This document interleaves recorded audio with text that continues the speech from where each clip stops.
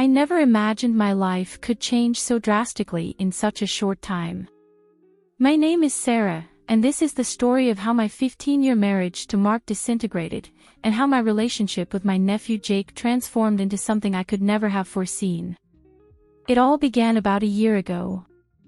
Mark, my husband, had been promoted to a management position in his company.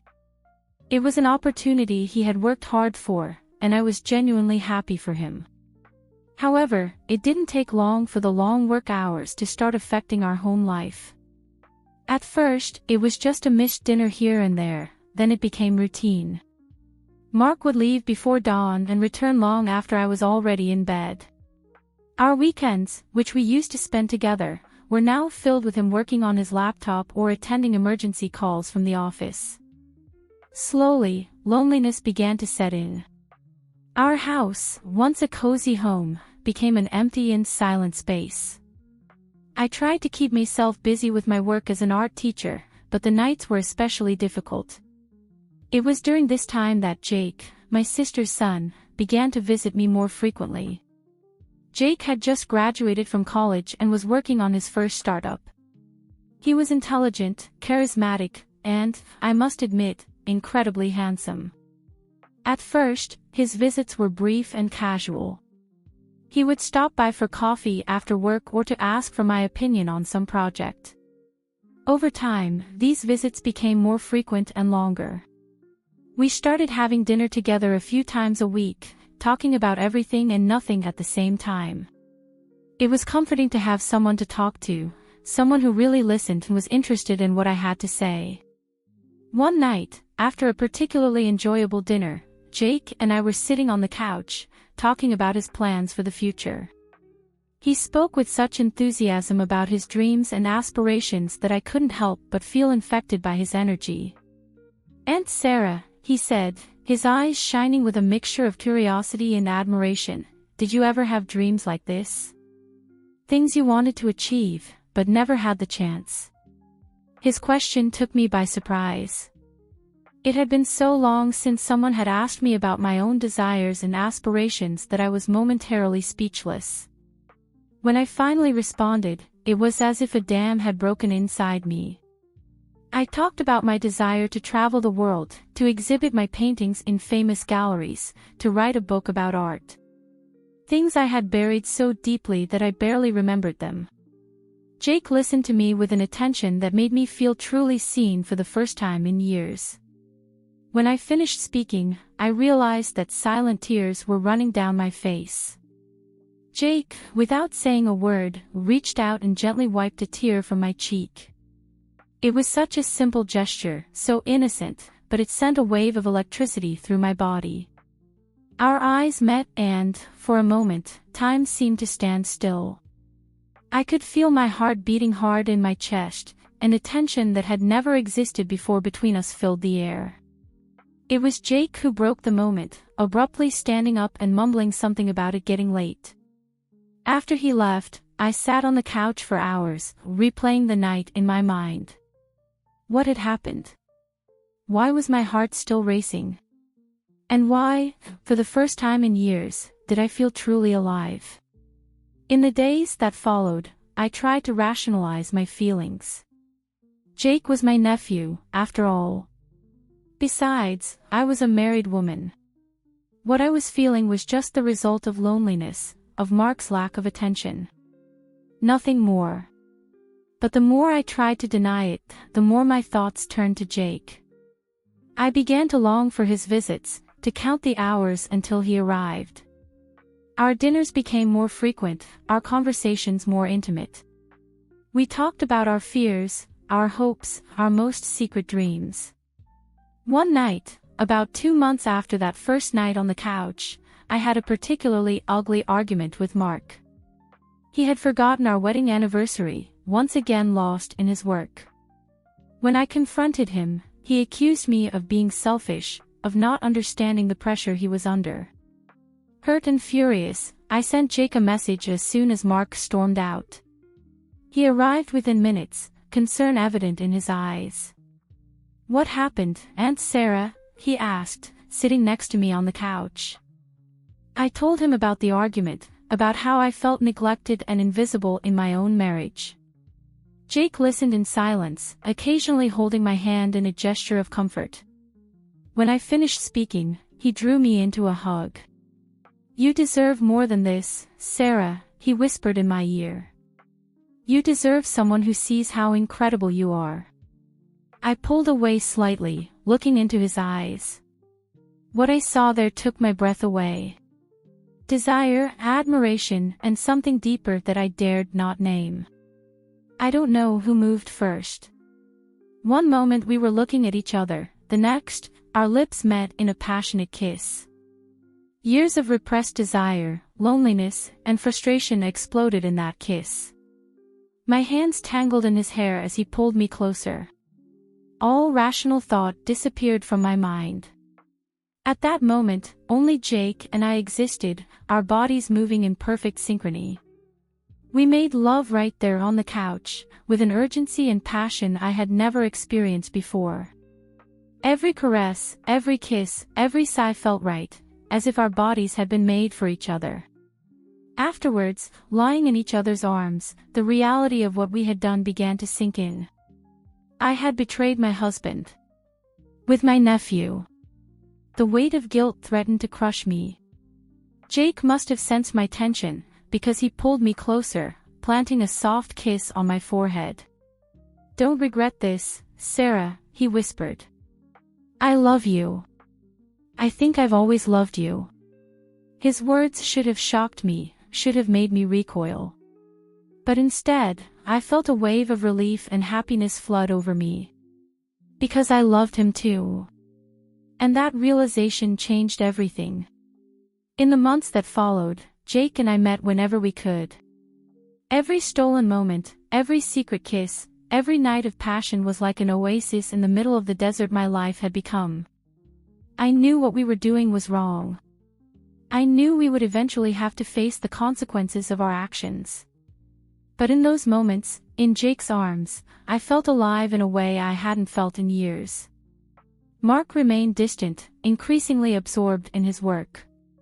Sometimes, I wondered if he would even notice if I disappeared completely. The guilt over my betrayal was a constant presence, but it was overshadowed by the joy Jake brought to my life. We began to make plans. Crazy, impossible plans. We talked about running away together, starting a new life somewhere where no one knew us. I knew it was a fantasy, that reality would eventually catch up with us, but I allowed myself to dream. It was on one of those planning nights that something unexpected happened. We were lying in bed, Jake tracing lazy patterns on my back, when I heard a noise coming from the living room. My blood ran cold. Mark shouldn't be home for at least 2 more hours. "Sarah." Mark's voice echoed through the house. "Are you home?" I panicked. Jake and I jumped up, dressing as quickly as possible. I could hear Mark's footsteps approaching the bedroom. "Quick," I whispered to Jake, "hide in the closet." I barely had time to close the closet door before Mark entered the room. He looked tired, but there was a gleam in his eyes that I hadn't seen in months. "Ah, you're here," he said, smiling. "I have a surprise for you." My heart was beating so hard I was sure he could hear it. "A surprise?" I managed to say, trying to keep my voice steady. Mark approached, taking my hands in his. "I know I've been a terrible husband lately. Always at work, never having time for us. But that's going to change. I quit today." I was in shock. "You did what?" "I quit," he repeated, his smile growing. I realized I was losing what really matters. "You, Sarah. Our marriage. I want to fix things between us. I want us to be like we were before." Tears began to run down my face. Tears of guilt, confusion, fear. Mark misinterpreted my reaction, pulling me into a tight hug. "Don't cry, my love," he whispered. "We're going to make this work. I promise I'll make up for all the lost time." Over Mark's shoulder, my eyes fixed on the closet door. I knew Jake was in there, probably hearing every word. My world was crumbling around me and I didn't know what to do. That night, after Mark fell asleep, I sent Jake a message. We needed to talk, to decide what we would do now. We agreed to meet the next day, at a cafe far from home. When I arrived at the cafe, Jake was already there, an untouched cup of coffee in front of him. His eyes were red, as if he hadn't slept. "Hi," I said softly, sitting across from him. He looked up, a sad smile on his lips. "Hi." We sat in silence for a moment, the weight of our situation hanging over us. "So," Jake finally said, "Mark quit." I nodded, unable to find the right words. "What are you going to do?" he asked, his voice barely above a whisper. That was the million-dollar question, wasn't it? What was I going to do?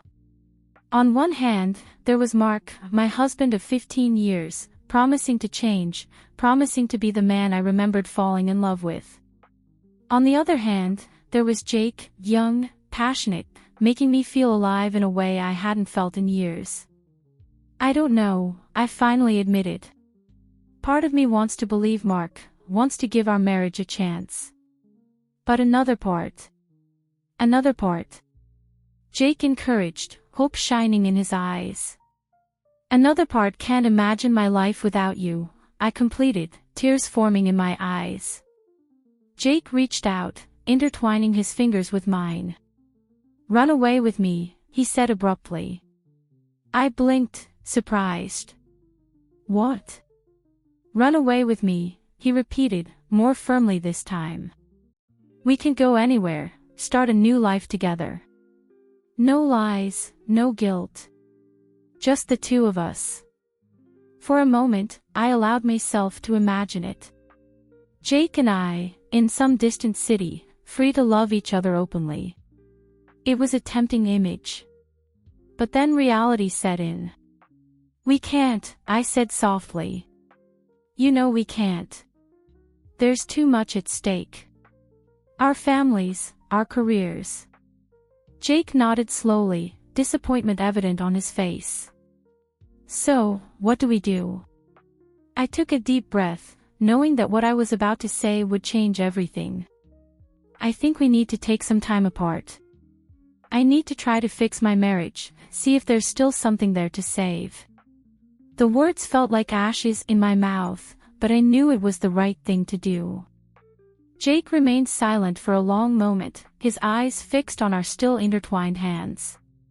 "I understand," he finally said, his voice breaking. "I don't like it, but I understand." We said goodbye with one last kiss, full of unspoken promises and broken dreams. As I watched him walk away, I felt as if a part of me was leaving with him. The weeks that followed were an emotional roller coaster. Mark was really trying to rekindle our marriage. We went out to dinner, spent weekends together, talked for hours like we hadn't done in years. But no matter how hard I tried, I couldn't get Jake out of my head. Every affectionate gesture from Mark made me feel guilty. Every moment of intimacy was tainted by the memory of the passionate moments I had shared with Jake.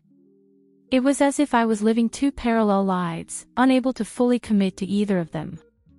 Jake respected my request for space, but occasionally I received messages from him. Simple messages, asking how I was, saying he missed me. Each one was like a knife in my heart, reminding me of what I had left behind. A month passed, then two. Mark and I were making progress, slowly rebuilding the trust and intimacy we had lost. There were moments when I could almost convince myself that we had gone back to what we were before, that everything would be all right. But then, one Saturday afternoon, something happened that changed everything again. Mark and I were cleaning the attic, a task we had been putting off for years. We were laughing, covered in dust, when Mark found an old box hidden in a corner. "What's this?" he asked, bringing the box closer. I recognized the box immediately.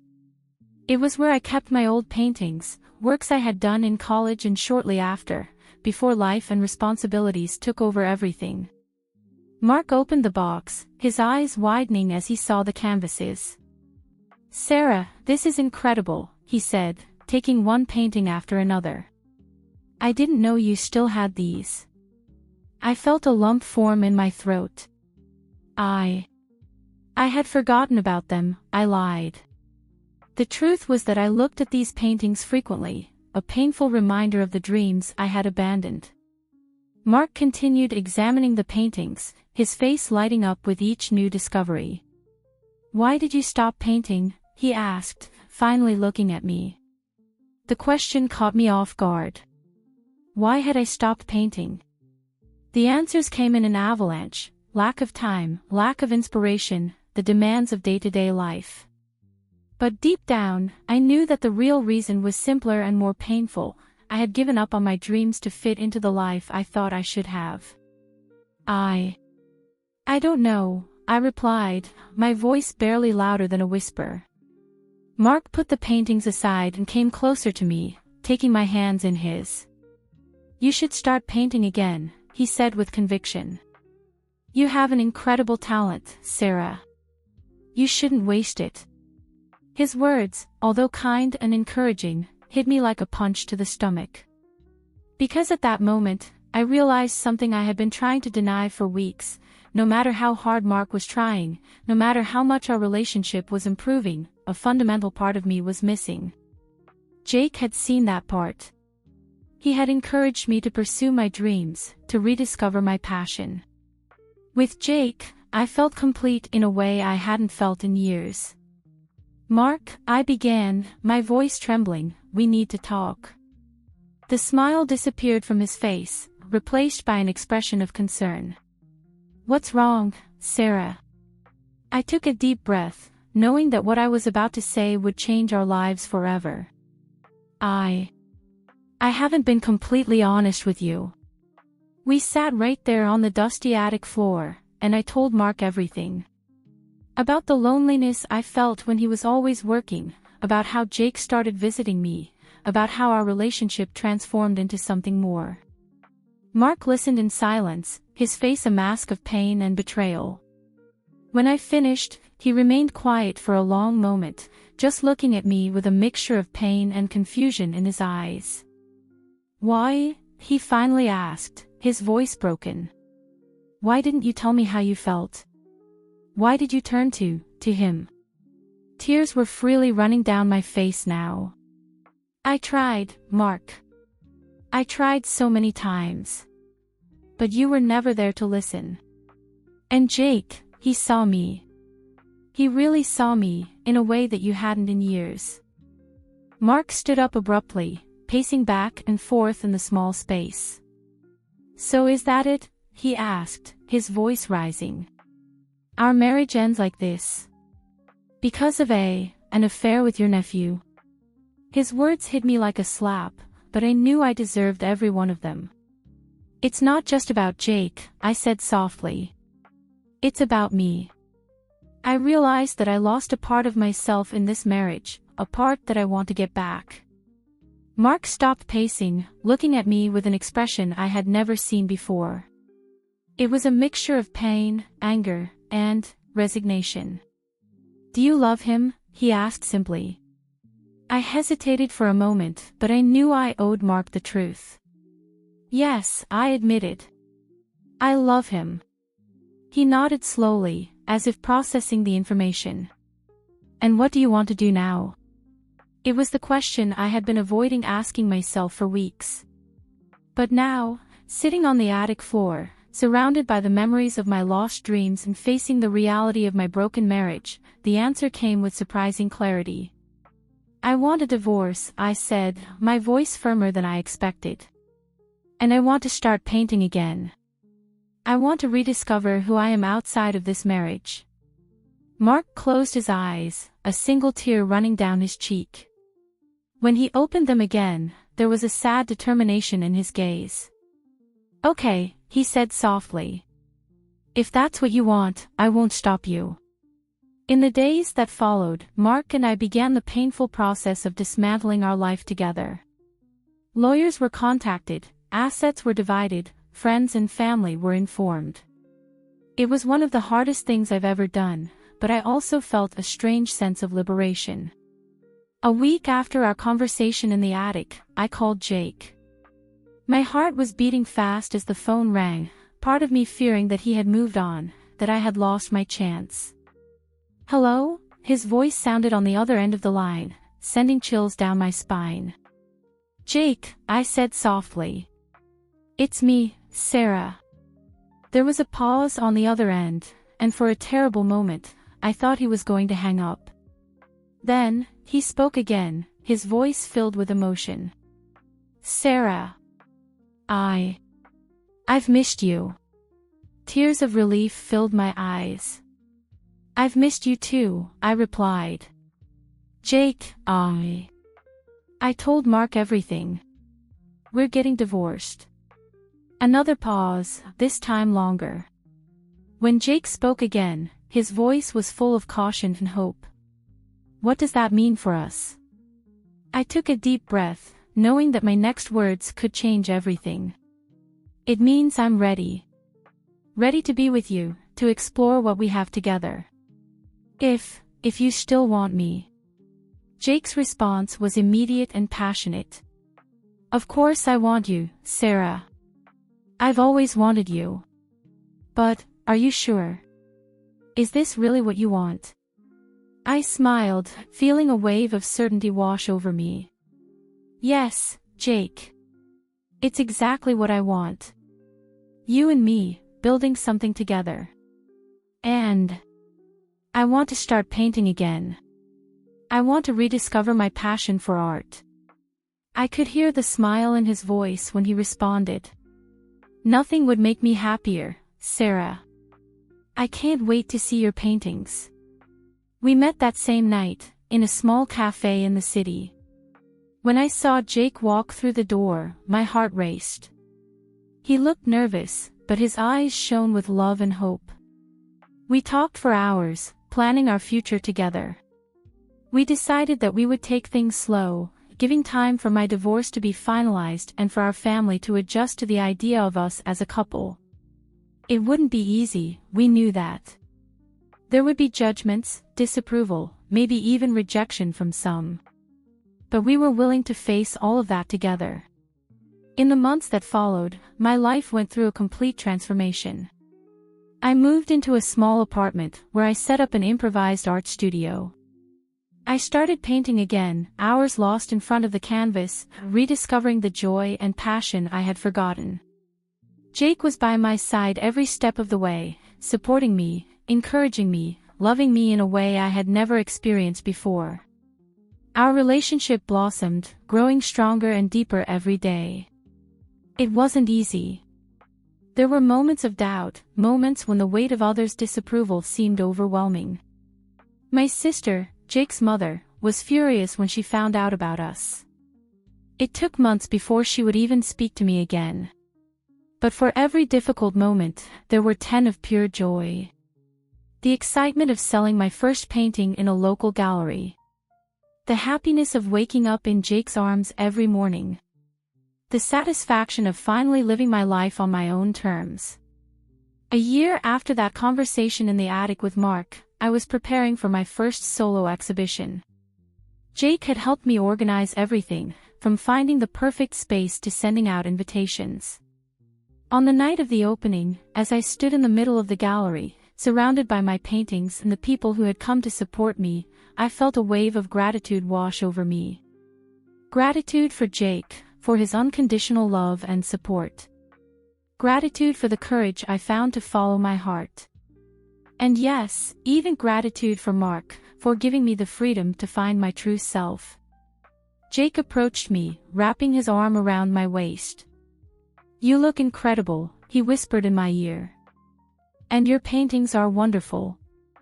I'm so proud of you, Sarah." I looked at him, my heart overflowing with love. "Thank you," I said softly. "For everything. For seeing me when no one else did. For loving me as I am. For helping me find my way back to myself." He smiled, that smile that still made my heart skip a beat. "Always, my love. Always." As we stood there, surrounded by my art and our love, I realized that I had finally found my place in the world.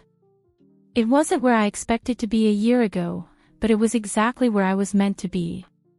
My journey wasn't conventional. It was filled with pain, guilt, and challenges. But it was also filled with love, growth, and self-discovery.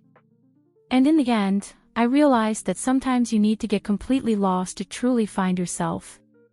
Looking at Jake, at my paintings, at the life we had built together, I knew with certainty that every difficult choice, every moment of doubt, every tear shed, it was all worth it. Because it brought me here, to this perfect moment. And as the night went on, surrounded by friends, family, and strangers admiring my art, I knew this was just the beginning. The beginning of a new life, a new career, a new love. A life I had chosen for myself, a life that reflected who I truly was. Jake and I still had many challenges ahead of us. We knew that not everyone would accept our relationship, that there would always be whispers and disapproving looks. But we were prepared to face it together, strengthened by the love we shared and by the certainty that we had found something rare and precious in each other. That night, after the last guest had left and we were alone in the gallery, Jake pulled me close to him. "I have something for you," he said, a mysterious smile on his lips. He took out a small box from his pocket and opened it, revealing a beautiful ring. My heart stopped for a moment. "Sarah," he began, his voice trembling slightly, "I know our path to get here hasn't been easy. I know we've faced and will continue to face many challenges. But I want to face each one of them by your side. I want to wake up every morning and see you paint in the sunlight. I want to grow old with you, support your dreams, be your partner in every sense. Will you marry me?" Tears of joy filled my eyes. Without hesitation, I responded, "Yes, Jake. 1,000 times yes." He slid the ring onto my finger and pulled me into a passionate kiss. There, surrounded by my paintings, symbols of my journey of self-discovery, we sealed our commitment to each other. As we left the gallery hand in hand, ready to begin the next chapter of our lives together, I knew I had finally found my happy ending. It wasn't the ending I had imagined for myself years ago, but it was infinitely better. Because it was real. It was true. And it was completely and wonderfully mine.